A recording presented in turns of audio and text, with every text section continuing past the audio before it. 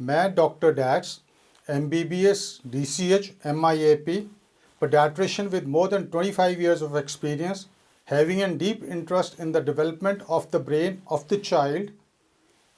हमारा मिशन है इंडिया की जनरेशन नेक्स्ट को बनाना super intelligent, smart and healthy. ये सफ़र प्रेगनेंसी से 6 महीने पहले शुरू होगा और जब तक बेबी 4 साल का नहीं हो जाता तब तक चलेगा। अगर आप हमारी बताई हुई बातों को सीरियसली फॉलो करते हो तो हमारे बेबी का IQ अप टू 30 पॉइंट्स बढ़ सकता है, जो कि उसकी लाइफ में उसको हर एस्पेक्ट में एक्स्ट्रा ऑर्डिनरी सक्सेस दिला सकता है। क्या हमारी प्रेगनेंसी 1 साल की होनी चाहिए? इस सीरीज़ का आज हम ये 4th एपिसोड कर रहे हैं। अगर आपने पहले के 3 वीडियो नहीं देखे हैं तो कृपया उन्हें देख लें, तो तभी आपको पूरा कॉन्सेप्ट समझ आएगा। तो आज हम किस एस्पेक्ट पर चर्चा करेंगे, वो है पोजीशनल सेंस। तो क्या है ये पोजीशनल सेंस? जब बेबी जाग रहा हो और इरिटेबल हो या डिस्ट्रेस में हो या एक्सेसिव क्राई कर रहा हो तो उसे पेट के बल यानी कि टमी की साइड यानी कि उल्टा कर दें तो काफ़ी चांसेस हैं कि आपका बेबी बेटर फील करेगा। हम ज़्यादा बेबी को पीठ के बल उठाकर उसे वैसे ही चुप कराने की कोशिश करते हैं जो कि बेबी को बिल्कुल पसंद नहीं आता है और बेबी जल्दी शांत नहीं होता है। चलो अब इसके पीछे क्या कारण है वो देखते हैं। इसका कारण है प्रेगनेंसी के लास्ट डेज में बेबी का यूट्रस में जो पोजीशन होती है, इस पोजीशन में हेड डाउन होता है, स्पाइन राउंडेड होता है, नीज़ और हैंड्स पेट की तरफ प्रेस्ड होते हैं। इसको कॉइल्ड अप फीटल पोजीशन भी कहते हैं। इस पोजीशन को आपके कानों में लगे पोजीशनल सेंसर्स यानी कि वेस्टिब्यूलर अपरेटस डिटेक्ट करते हैं, क्योंकि ये वेस्टिब्यूलर अपरेटस जो कि 5 to 6 मंथ्स तक फीटस में लगभग पूरा विकसित हो जाते हैं, तो ये आखिरी के 3 महीने लगातार फीटस की जो फीटल पोजीशन है उसकी सेंसेशन देता रहता है।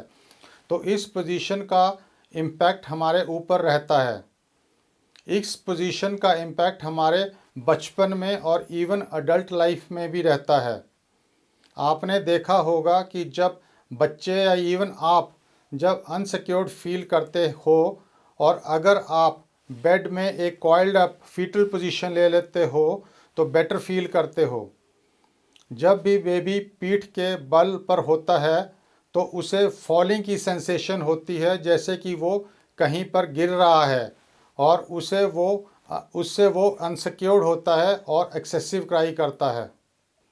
तो जब भी बेबी एक्सेसिव क्राई करता है तो आप इस तरह की बेबी पोजीशंस बना सकते हो जिसमें आपका बेबी बेटर फील करेगा। आप बेबी को के दोनों हाथ ऐसे उसकी चेस्ट पर रख दें, ऐसे उसकी चेस्ट पर रख दें और अपने एक हाथ से उसके नेक को सपोर्ट करें और ताकि उसकी चिन आपके हाथ पे सपोर्ट ले ले और दूसरा हाथ उसके बटक्स पे नीचे रखें और थोड़ा उल्टा कर दें और इसके बाद उसको थोड़े हिचकोले दें। तो इससे आपका बेबी काफ़ी बेटर फील करेगा। और एक दूसरी पोजीशन जो आप आराम से कर सकते हो वो है रिवर्स ब्रेस्ट फीडिंग पोजीशन। तो बेबी को आप ऐसे ब्रेस्ट फीड कराते हो तो उसको आप बस थोड़ा सा ऐसे करके उल्टा कर दीजिए। तो ये हो गई रिवर्स ब्रेस्ट पोजीशन। और तीसरी एक पोजीशन जो आप यूज़ कर सकते हो उसको हम फुटबॉल पोजीशन बोलते हैं। उसमें यानी कि आप बेबी के हेड को अपने हाथ पे लीजिए, उसका एक साइड को कर दीजिए और बेबी की बॉडी को उसको अपने 4 आर्म के ऊपर रेस्ट करने दें और उसके बेबी के हैंड्स और लेग्स को नीचे लटकने दें और हेड को हाथ में लेकर ऐसे आस्ते आस्ते हिचकोले दें। तो ये हिचकोलों से बेबी काफ़ी कंफर्टेबल फील करेगा और जल्दी ही चुप हो जाएगा। एक और पॉइंट यहाँ पर क्लियर होना चाहिए कि ये बेबी के पेट पर करना और ये उल्टी पोजीशन तभी करनी है जब बेबी जागा हुआ हो यानी कि अवेक कंडीशन में हो। बेबी को ऑलवेज ऑलवेज एंड ऑलवेज पीठ यानी बैक पर ही सुलाना है, नेवर ऑन टमी। टमी पर सुलाने से सडन इन्फेंट डेथ सिंड्रोम का इंसिडेंट बढ़ जाता है। डिटेल में समझने के लिए हमारा स्वेडलिंग वाला वीडियो देखें। आओ अब एक और एस्पेक्ट की चर्चा करते हैं, जिसको हम बोलेंगे हिचकोले यानी कि रॉकिंग मूवमेंट। जब बेबी यूट्रस में होता है तो वो एक पानी की थैली में होता है, यानी कि एमनाइटिक फ्लूइड में होता है। जब भी मदर चलती है या कोई मूवमेंट करती है तो इससे बेबी को बम्प्स लगते हैं, यानी कि बेबी को हिचकोले खाने की आदत होती है और वो इसे पसंद भी करता है।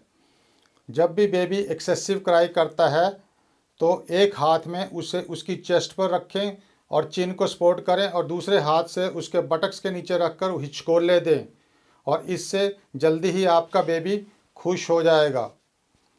बेबी को रॉकिंग झूले में डालें, बेबी को लेकर रॉकिंग चेयर पर बैठें, बेबी को आप स्लिंग्स में डालकर घूम सकते हो, बेबी को कार राइड्स करवा सकते हो।